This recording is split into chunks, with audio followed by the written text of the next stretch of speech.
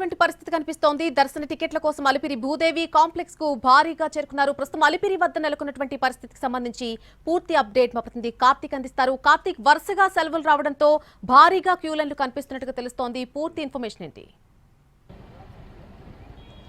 ఖచ్చితంగా new year తోడు వైకుంఠ ఏకాదశి రాబోతుంది. దానికి తోడు వరుస సెలవుల నేపథ్యంలో తిరుమలకు శ్రీవారి దర్శనార్థం భక్తులు పోటెత్తారు. ప్రస్తుతం అలిపిరి చెక్ పాయింట్ వద్ద ఇటు చూసినా కూడా వాహనాలే కనపడుతున్నాయి. సాధారణంగా ప్రతిరోజు కూడా 3 నుంచి 4 వేల వాహనాలు అనేది కూడా తిరుమలకు వెళ్తూ ఉంటాయి. కానీ నిన్న ఒక్కరోజే 12,000కు పైగా కూడా వాహనాలు తిరుమలకు వెళ్ళాయి. అది ఈ రోజు చూసుకుంటే మధ్యాహ్నం 3 గంటల వరకు కూడా దాదాపు 8,000కు పైగా కూడా వాహనాలన్నీ కూడా తిరుమలకు చేరుకున్నటువంటి పరిస్థితి. దీంతో ఈ యొక్క అలిపిరి చెక్ పాయింట్ మొత్తం కూడా పూర్తి స్థాయిలో వాహనాలతో నిండిపోయినటువంటి పరిస్థితి. దాదాపు 12 కౌంటర్ల ద్వారా, ఏదైతే 12 క్యూ లైన్ల ద్వారా కూడా ఈ యొక్క వాహనాలన్నింటినీ కూడా తనిఖీ చేసి పూర్తి స్థాయిలో తిరుమలకు అనుమతిస్తున్నటువంటి పరిస్థితి. దీనికోసం విజిలెన్స్ భద్రతా సిబ్బంది అనేది కూడా పూర్తి స్థాయిలో పెంచుకోవడం కూడా జరిగింది. ఎక్కడా ఎలాంటి ఇబ్బందులు లేకుండా వాహనాలన్నింటినీ తనిఖీ చేసిన అనంతరమే తిరుమలకు వెళ్లేలాగా కూడా చర్యలు తీసుకుంటున్నారు. సాధారణంగా ఉండేటువంటి సిబ్బంది కాకుండా మరింత సిబ్బందిని కూడా పెంచుతున్నటువంటి పరిస్థితి. ఎందుకంటే ఇప్పటికే కూడా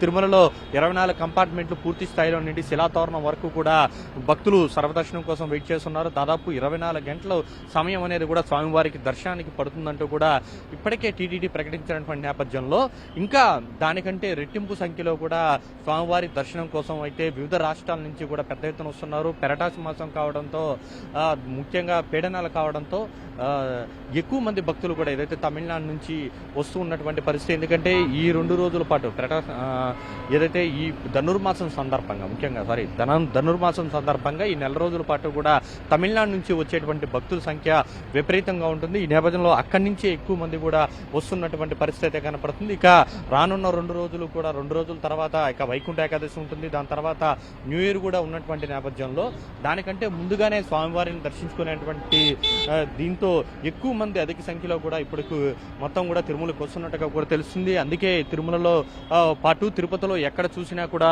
ఈ తరహాలోనే వాహనాలు అనేది అన్ని కూడా పూర్తి స్థాయిలో ఏదైతే క్యూ లైన్లలో వేచి ఉన్నాయి అనేది కూడా మనం చూడొచ్చు. ఒక్క వాహనాలే కాకుండా దాని పక్కన ఉన్నటువంటి బస్సుల్లో కూడా విపరీతంగా భక్తులైతే తిరుమలకు చేరుకుంటూ ఉన్నారు. ప్రతి నిమిషం కూడా ఆర్టీసీ సర్వీస్ అనేది కూడా ఆర్టీసీ యాజమాన్యం కూడా ఏర్పాటు చేస్తుంది. దీంతో ఆర్టీసీ బస్టాండ్ వద్ద కూడా రద్దీ అనేది కూడా పెద్ద ఎత్తున నెలకొన్నటువంటి పరిస్థితి. వరుసగా సెలవులు మరొక 4-5 రోజుల పాటు కూడా ఉండేటువంటి అవకాశం ఉన్న నేపథ్యంలో ఇంకా రోజుకు రేపు దాని తర్వాత కూడా మరింత పెరిగేటువంటి అవకాశం ఉంటుంది.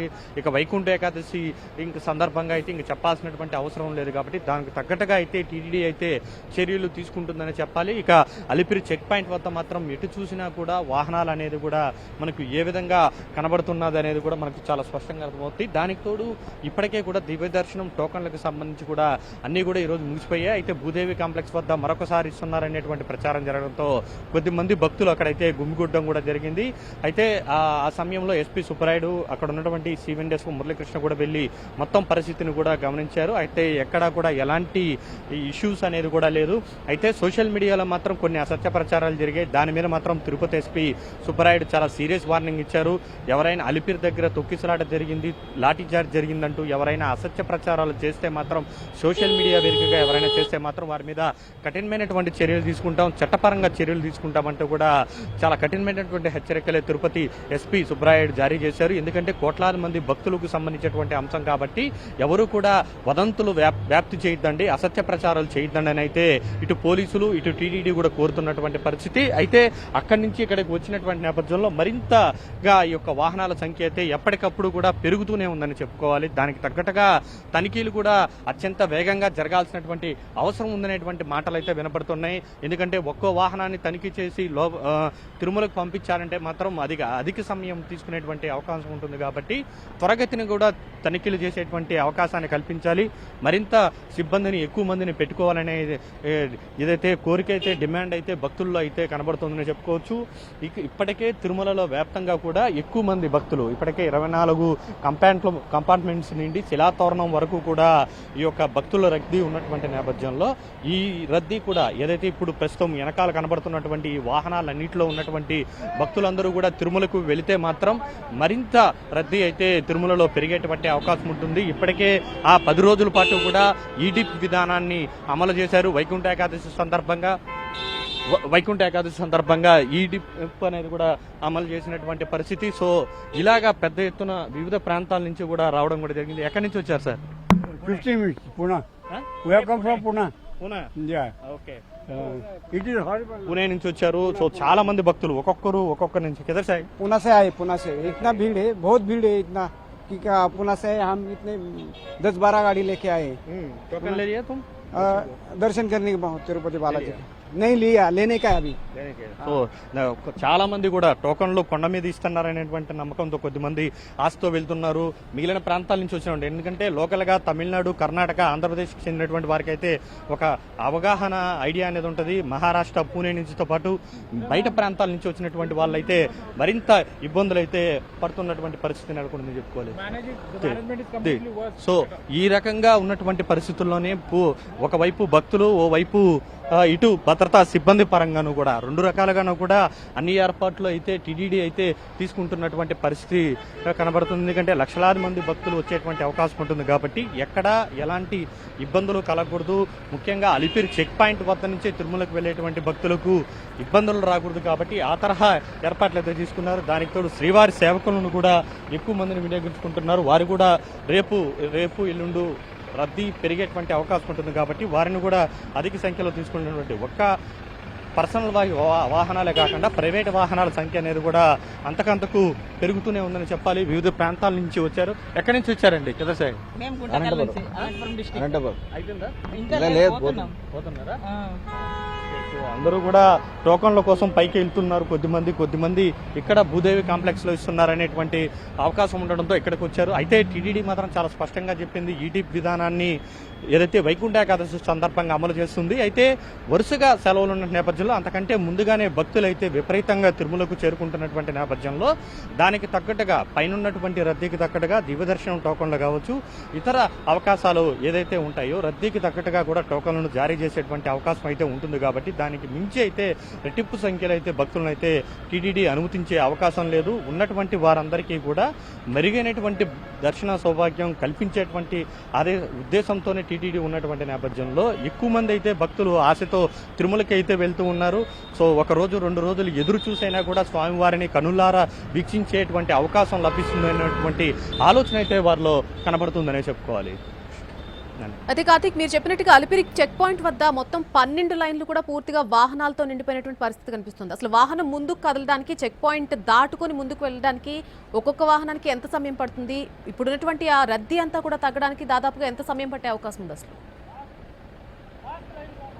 ఖచ్చితంగా, అంటే నేను మీకు చూపించే ప్రయత్నం కూడా చేస్తాను. అలా ముందుకు వెళ్తూనే, అంటే నేను ఉన్నటువంటి ప్రాంతం దాదాపు 200 మీటర్ల అవతల ఉన్నాను. ఇంకా వెళ్తున్న సమయం కొద్దీ కూడా వాహనాల సంఖ్య అనేది కూడా వెనకాల ఒక వాహనం తనిఖీ చేసే లోపల వెనకాల మరొక 10 వాహనాలు వచ్చి చేరుతున్నటువంటి పరిస్థితి. మినిమం ఒక్కొక్క వాహనాన్ని తనిఖీ చేయాలంటే 2 నుంచి 3 నిమిషాలు, లేదంటే మరింత ఎక్కువగా లగేజ్ ఉంటే మాత్రం దానికి ఇంకా ఎక్కువ సమయం తీసుకునేటువంటి అవకాశం ఉంటుంది. ఎందుకంటే నిషేధిత వస్తువులు ఏది కూడా తిరుమలకు వెళ్ళకూడదు కాబట్టి ఇతర భద్రతా కారణాల దృష్ట్యా కూడా పూర్తి స్థాయిలో తనిఖీలు చేసిన తర్వాతే తిరుమలకు అనుమతించేటువంటి అవకాశం ఉంటుంది. సో కాబట్టి ఇలా మొత్తం మనకు కనిపిస్తున్నటువంటి 12 లైన్లు కూడా ఏదైతే వాహనాలతో పాటు ఆ చివర బస్సులు అనేది కూడా అనుమతిస్తూ ఉంటారు. సో ఈ తరహాలో ఇలాగా మొత్తం అన్నింటినీ కూడా ఓవైపు బస్సులను తనిఖీ చేయాలి, ఓవైపు వాహనాలను తనిఖీ చేసిన తర్వాతే తిరుమలకు పంపించేటువంటి అవకాశం ఎప్పుడు ఉంటుంది. అయితే సాధారణంగా అయితే ఈ సిబ్బందిని అయితే చాలా తక్కువ మొత్తంలో ఉంటారు. కానీ వరుసగా పెరుగుతున్నటువంటి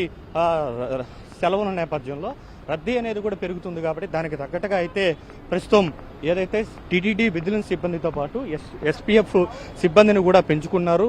సో ఆ పెంచుకున్నటువంటి సిబ్బందితోనే మొత్తం పూర్తి స్థాయిలో 2 పక్కల కూడా సాధారణంగా 6 నుంచి 8 లైన్లు మాత్రమే తనిఖీలకు అనుమతిస్తారు. కానీ ఈ రోజు చూసుకుంటే మాత్రం 12 లైన్లు కేవలం వాహనాలకు, దాని తర్వాత 2 లైన్లు ఏదైతే బస్సులకు కూడా అనుమతించినటువంటి పరిస్థితి. సో దానితో పాటు 2 వీలర్లో వెళ్ళేటువంటి వాళ్ళు 2 వీలర్లో వెళ్తూ ఉంటారు.